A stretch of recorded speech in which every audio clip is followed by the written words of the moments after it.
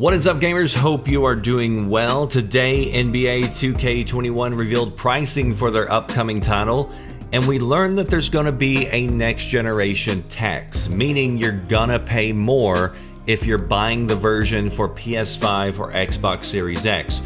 So the way they laid it out was they got one of these charts, which are always awful, but you always know things are going to be confusing if they got to build a chart to explain the pricing for their games, right?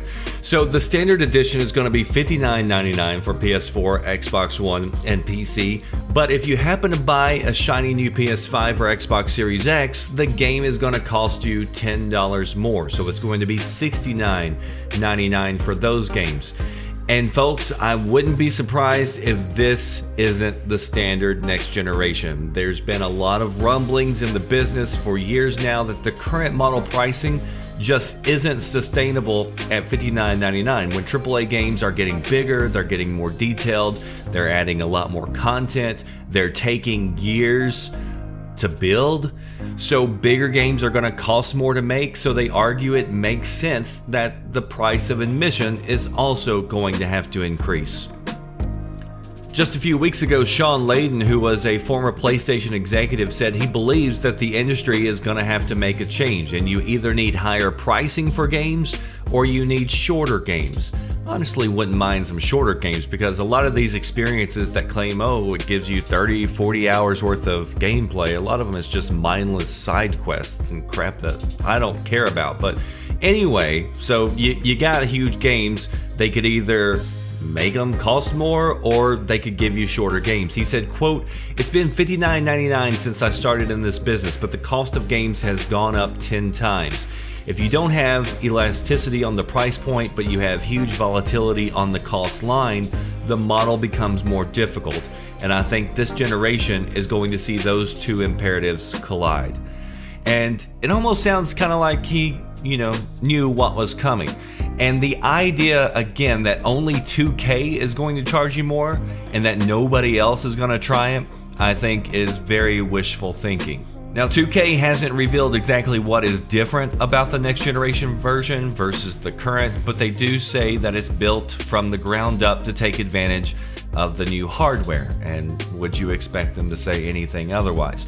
Now, you may be wondering about Xbox's smart delivery and if Xbox players, for instance, are going to be able to upgrade and it save them a little bit of money whenever they buy the standard version and then jump it over to the next gen. But the short answer appears to be no, although there is a scheme that will let you upgrade. So if you buy the deluxe Kobe version of the game, which costs $99, and it doesn't matter if you buy it on PS4 or Xbox One, if you buy that version of the game, only then will you get access to the standard version of the Xbox Series X or PS5 version of the game, which seems a little bit tacky, to be honest. It seems like you're really taking advantage of his passing.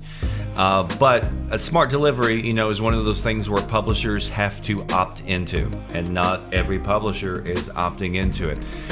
So look, I get the cost of inflation alongside bigger games, better graphics, and all that. You're gonna be putting in ray tracing and got a lot more graphic designers. All this is going to require more man hours. And so I get that. Well, I better take that back so I don't get flagged or get called out.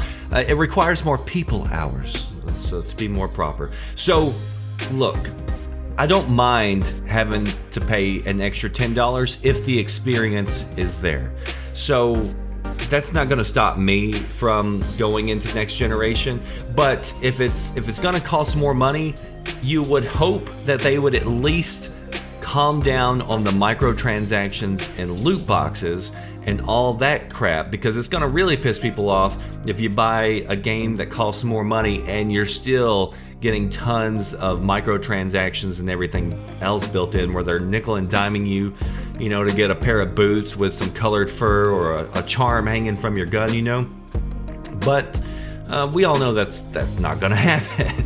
They're gonna ask you to pay more for a game, and they're still going to offer microtransactions and everything else, and people are still gonna eat it up. But you know what? One can dream. But I also wonder if maybe this might have some people thinking twice about switching to all digital this generation, because If the companies still don't give you any way to trade in your digital copies, it may have a few people deciding, you know what, I'm just going to stick with disc, because at least with disc, at least, one would hope you can still then resell the copies or trade them out. So it'll be interesting to see if that kind of slows down the push towards digital. But post below in the comment section, will you be upset if the standard price for next generation is $69?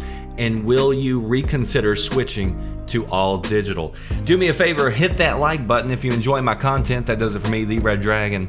I'll see you next time. Thanks for watching. Are you listening? Damn.